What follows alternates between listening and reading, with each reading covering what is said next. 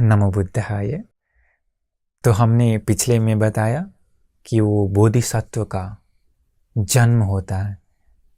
माँ के घर में जन्म लेते के साथ ही एक अद्भुत चीज होता है, पता है क्या? पूरा धरती कांप उठता है। धरती माता खुशी के मारे नाच उठती है कि अरे, युगों युगों के बाद वो कुमार जन्म ले लिया है, जो कुमार प्राणियों को, देव मनुष्यों को दुखों से, भवसागर से, जन्म मृत्यु के परंपरा से मुक्त करेगा। यही सोच धरती माँ खुशी से नाच उठती है, धरती डोल उठता है।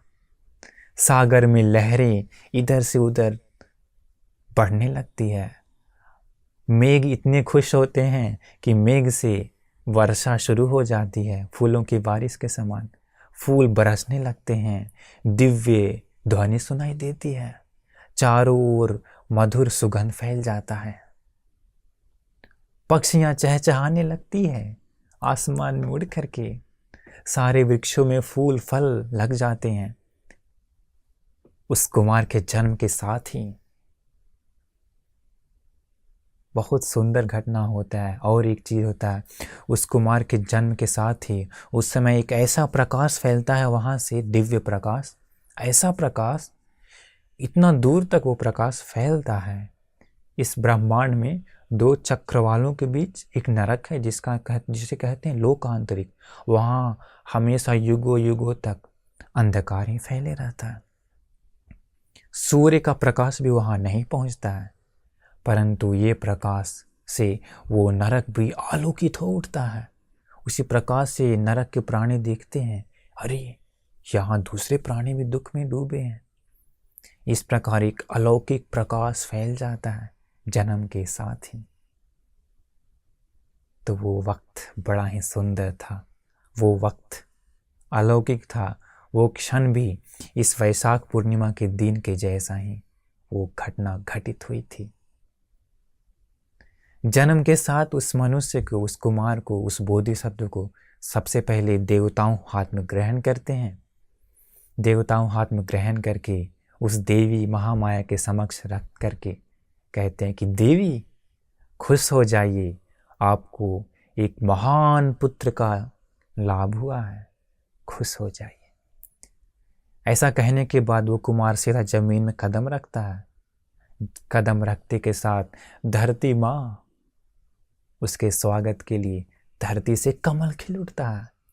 कमल में उस बोधिसत्व के पैरों को ग्रहण करती है। कुमार 7 कदम चलता है। ये साधारण लोगों के साथ नहीं हो सकता। केवल पुरुषों में उत्तम, मनुष्यों में उत्तम, पुरुषोत्तम, श्रेष्ठ उत्तम पुरुषों के साथ ही ऐसी घटना घटित होती है। ऐसा मनुष्यों में नहीं होता है, दूसरों के साथ नहीं होता है। 7 कदम चलते हैं, 7 फूल धरती से निकल आता है। 7 कदम चल करके उत्तर दिशा की ओर अपना हाथ ऊपर करके कहते हैं, अग्गु हमस्मिन् लोकस्य, जेठ्ठो हमस्मिन् लोकस्य, सेठ्ठो हमस्मिन् लोकस्य, अयमन्तिमा जाति, नत्थिदानी पुनः भवति। मैं इस लोक में अग्र हूँ, मैं इस लोक में ज्येष्ठ हूँ, मैं इस लोक में श्रेष्ठ हूँ। ये मेरा अंतिम जन्म है, इसके बाद मेरा जन्म नहीं होगा। तो ये था जन्म की महिमा। तो इस प्रकार जन्म होने के बाद माँ बड़ा खुश होती है। अब क्यों मायके जाए, पुत्र का लाभ तो हो गया, वापस रिटर्न हो जाती है राजमहल में। उनके जन्म के समय ही और 7 लोगों का जन्म होता है। मतलब हमारे बोधिसत्व के जन्म के क्षण ही एक थे आनंद, जो भगवान बुद्ध को हमेशा परछाई के जैसा सेवा किए थे। आनंद कुमार का जन्म भी उसी क्षण हुआ था, जिस क्षण भगवान बुद्ध का जन्म हुआ। उसी क्षण देवी यशोधरा का जन्म हुआ था। और उसी क्षण छन्न नाम का जो सिद्धार्थ का अश्व जो होता है, उसको देखभाल करने वाला होता है, उसी क्षण कुमार का जन्म होता है। और उसी क्षण कांथक नाम का अश्व जो सिद्धार्थ को घर से घर त्याग करते समय जो अशोक होता, उसी अशोक का जन्म उसी समय हुआ था। और कालुदाई नाम का एक मंत्री का जन्म हुआ था। और उसी क्षण बोधगया में बोधि वृक्ष का अंकुर धरती से प्रकट हुआ था, उसी क्षण। और उसी क्षण एक दिव्य खजाना महल के चारों ओर प्रकट हुआ था। तो ये उसी क्षण होता है। तो इसके बाद जब जन्म हो जाता है ना बोधिसत्व का, तो देवलोक में देवताओं खुशियां मनाने लगते हैं, नाचते हैं, गाते हैं। क्यों? मनुष्यों को मुक्ति दिलाने वाला व्यक्ति धरती पर जन्म ले चुका है। एक ऋषि था जिसका नाम था आशित। वो सुद्धोधन राजा का पिता का राजपुरोहित था। तो सुद्धोधन का पिताजी का मृत्यु के बाद वो राजपद छोड़ देता है, मतलब राज से छोड़ देता है, और ध्यान समापत्ति के द्वारा, सिद्धि के द्वारा वो ध्यान प्राप्त कर लेता है। और अब अधिकतर समय वो देवलोक में रहता था।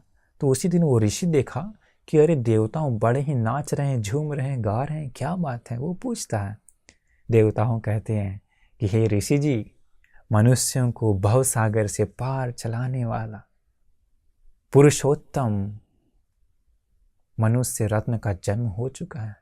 पूछा कहाँ हुआ है? कहा कपिलवस्तु में सुद्धोधन राजा के पुत्र के रूप में जन्म हुआ है।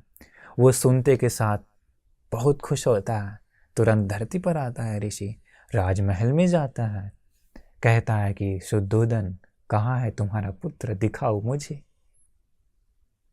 राजा सुद्धोधन पुत्र को देता है। अशित ऋषि देखता है 32 महापुरुष लक्षण इस बालक के अंग में सुशोभित है। 32 पुरुष लक्षणों को देख करके अत्यंत खुश हो जाता है। वो खुश हो करके सर्वप्रथम बालक को रख करके प्रणाम करता है।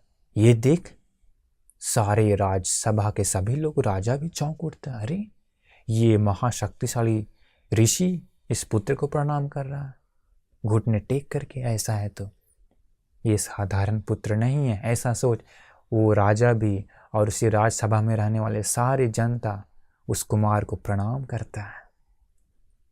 इसके बाद अशित ऋषि थोड़ा रोने लगता है। तुरंत राजा डर जाता है कि ये ऋषि जी आप क्यों रो रहे हैं? तो कहा क्या इस पुत्र के भविष्य में कोई खतरा है?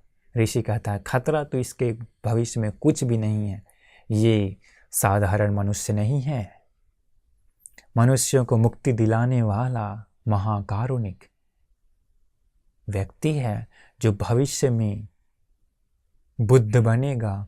बुद्ध बन करके जब मनुष्यों को मुक्ति का मार्ग बताएगा तब तक मैं जीवित नहीं रह पाऊंगा, इसलिए मैं दुख हुआ, इसलिए मैं कष्ट, मुझे मेरे मन को खेद हुआ कि अरे इस उत्तम मनुष्य से मुझे ज्ञान का बात नहीं सुनने को मौका मिलेगा।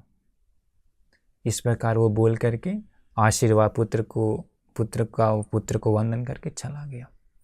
घर जाकर के वो ऋषि अपने बहन का एक पुत्र था, रहता है नाम नालक, कहता है कि नालक भविष्य में जब इस मनुष्य लोक में बुद्ध नाम का वचन गूंज उठेगा, बुद्ध नाम का वचन जब दुनिया में फैल जाएगा, तुम उनके पास जाना, जा कर के उत्तम मुक्ति का मार्ग पूछ लेना।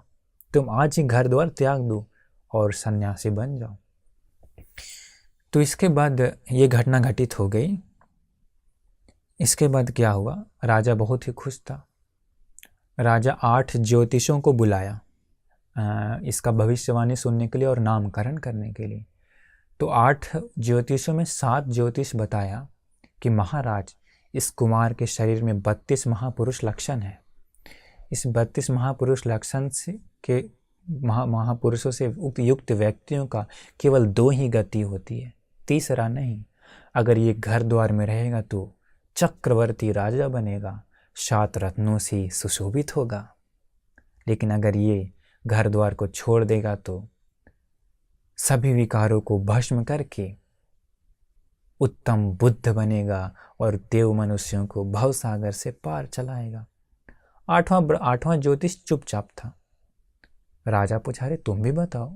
उसका नाम था कौंडिन्य। वो कहता है महाराज, मुझे तो केवल इस बालक का एक ही गति दिख रही है, ये भविष्य में घर द्वार छोड़ करके बुद्ध ही बनेगा, ऐसा कहता। नामकरण के समय बात चलती है तो कहता ये बहुत सारे प्राणियों का अर्थ साधेगा, इसलिए इसका नाम सिद्धार्थ रखा जाता है।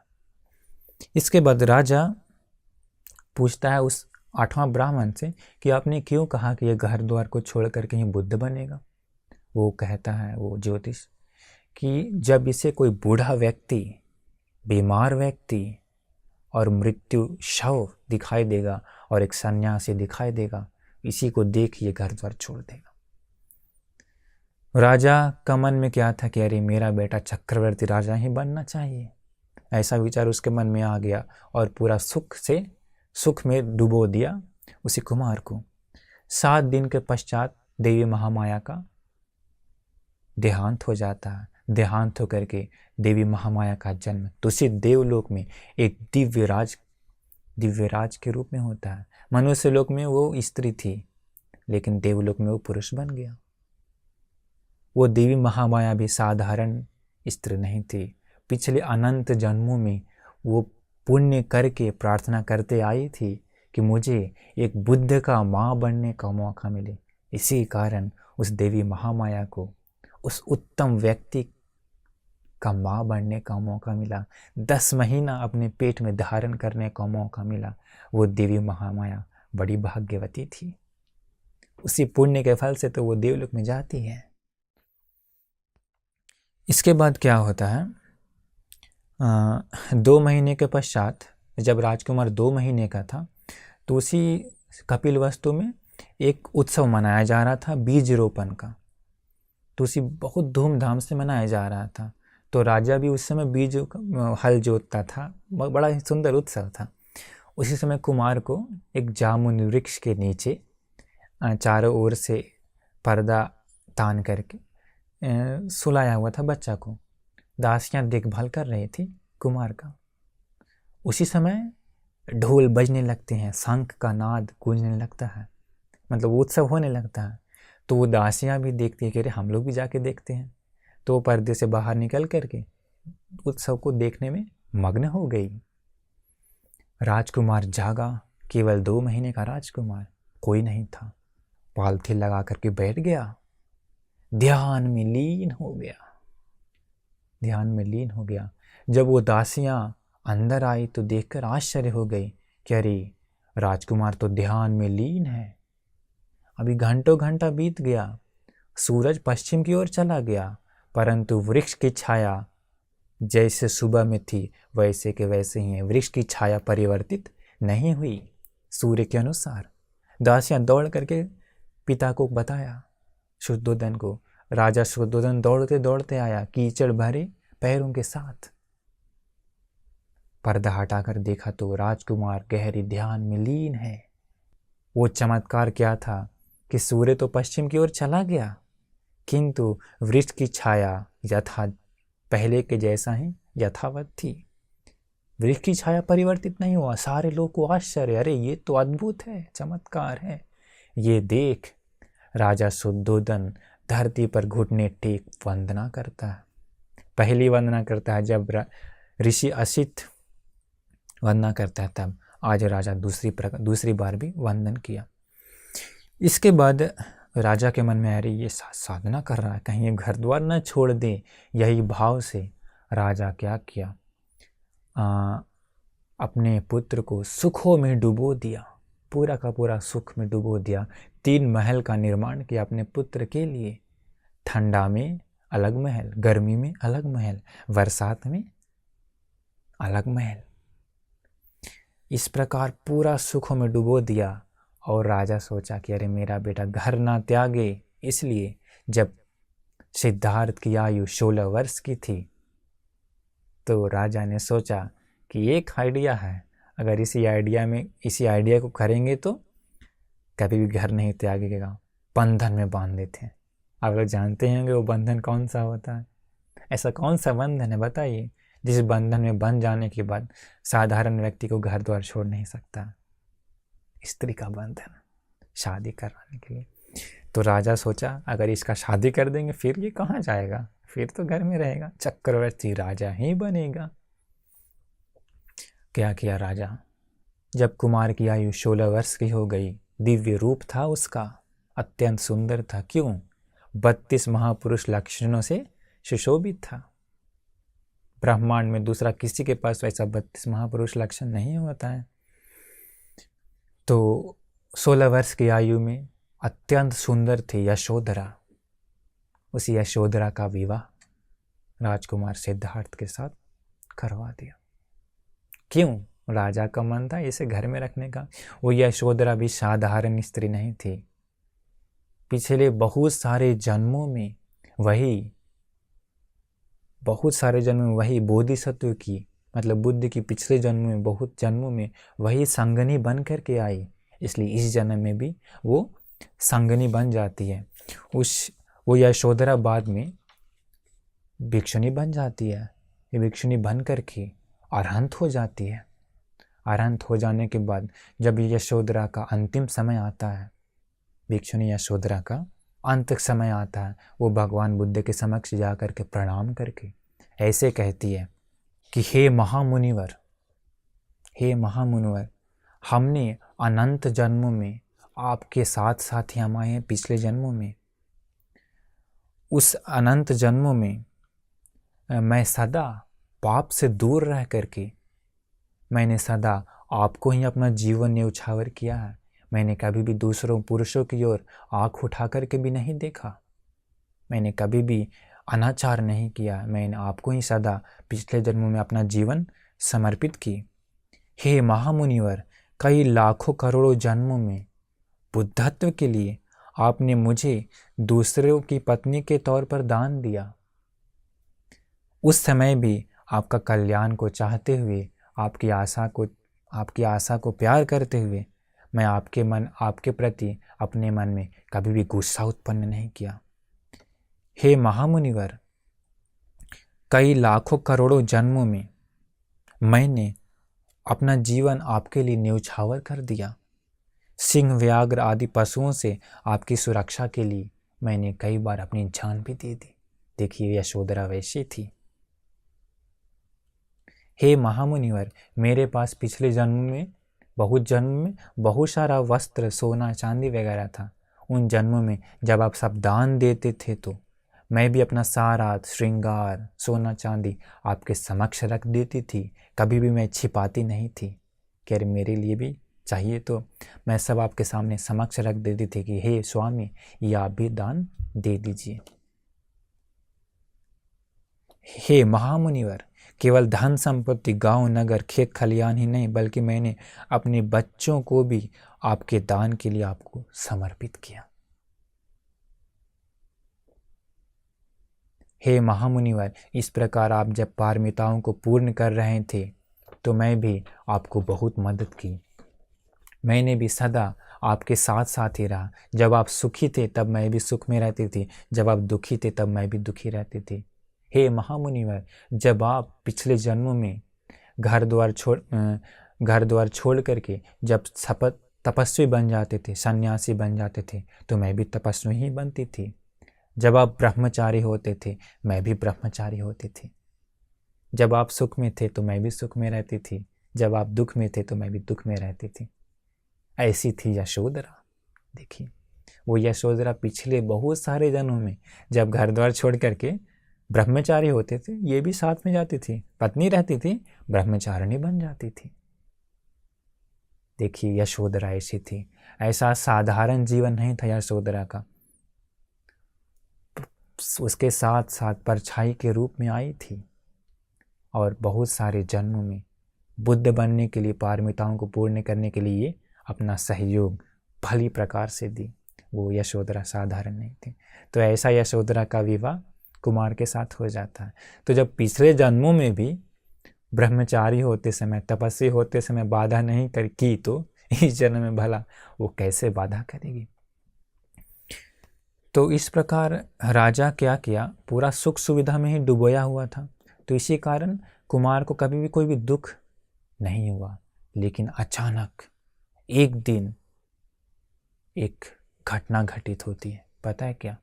एक घटना घटित होती है। उसी समय कुमार के मन में अचानक से, जब 29 वर्ष की आयु होती है, उसके मन में आता है कि